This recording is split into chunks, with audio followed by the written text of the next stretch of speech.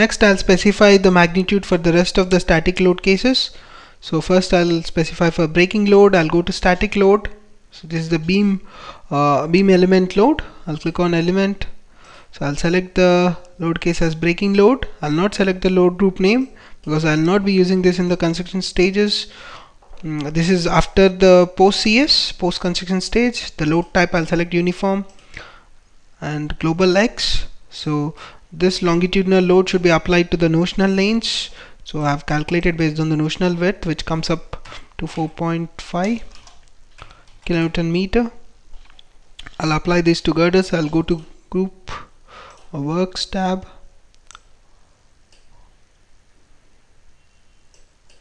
Double click on the girders, activate them, then click apply. First select them, select all, click apply. So this gets applied to the girders. Right click and display 4.5 kilonewton per meter. Next, let me change this load case name to wind load longitudinal, where the magnitude I'll take it as 1.2, the global X in the longitudinal direction, select all, I'll click apply. Can display it, so it's 1.2 km per meter. Now I'll change the load case name to wind load transverse direction. So this should be global Y. Give the magnitude as 4, suppose. I'll only select the first girder for my critical case. So this is my let me undisplay this. So this is the girder. I'll click apply. So this is my longitudinal the transverse wind load. Next I'll activate all. I'll undisplay. Next let's apply the temperature loads. I'll go to temperature priestess.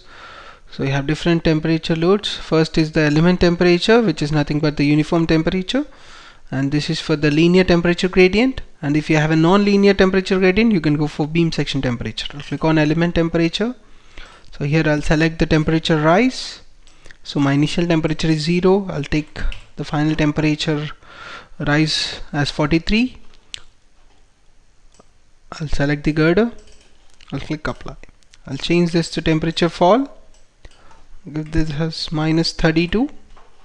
Select the girders or the previous selection. Click apply. So you can display the temperature load.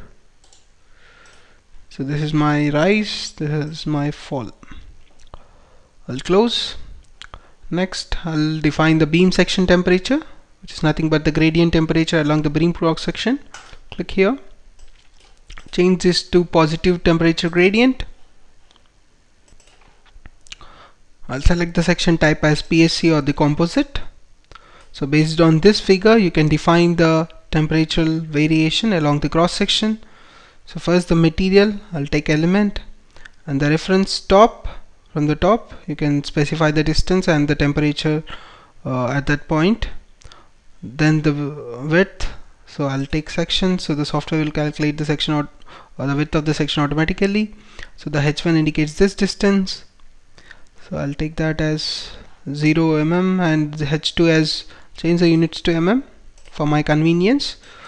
I'll give h2 as 150, T1 as 17.8 centigrade, T2 4, click add, 150 to 400,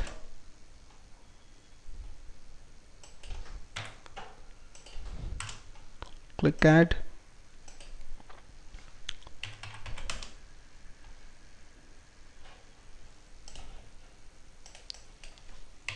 $1,500, 1950, T1 as 0, T2 2.1, click add. Now I'll undisplay this temperature uniform load. I'll select the girders. I'll click apply.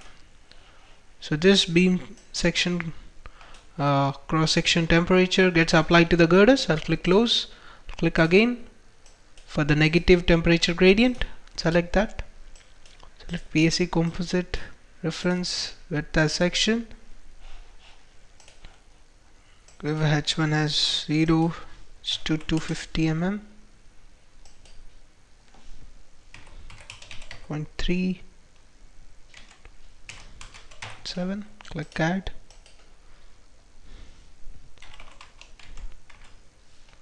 Let's do as 500.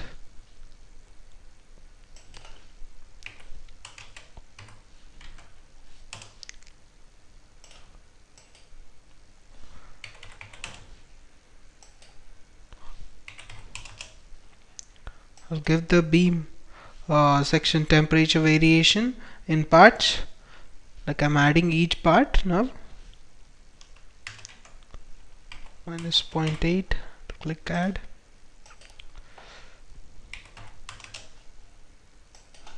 And 50.8 to minus 6.6 centigrade. Click add. So I'll select previous selection, the girders. I'll click apply. So this gets applied. You can go to the temperature, right click, display. So this is my positive temperature variation and the negative temperature gradient variation. On display, go to isometric view. So I made some sample calculations for the water current forces and the log impact. So I had to the pier height was 5.7 meters. For 50% of the pier height, I'll take the water current force, which is coming to be 3 km per meter as per this formula, and similarly log impact, it would be 1.5 km per meter. So here I'll give the magnitude as 3 km per meter and global y direction, and 0.5 meter, which would be half of the pier height. Select this element, click apply. So you can display the water current force. So this would be the water current force that would be acting on the pier shaft. Similarly, I'll apply the log impact. I'll change the magnitude to 1.5. Go to single select this element, click apply. So you can display the log impact. So this is 1.5 km per meter. Click close. I'll undisplay.